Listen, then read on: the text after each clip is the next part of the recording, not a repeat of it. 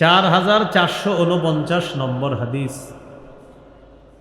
এই হাদিসের বর্ণনাকারী আয়েশা সিদ্দিকা রাদিয়াল্লাহু তাআলা আনহা তিনি বলেন, ইন্না মিন নিআমিল্লাহি আলাইয়া আন্না রাসূলুল্লাহি সাল্লাল্লাহু আলাইহি ওয়াসাল্লাম তুওফিয়া ফি বাইতি ওয়া ফি ইয়াউমি ওয়া বাইনা সাহরি ওয়া নাহরি।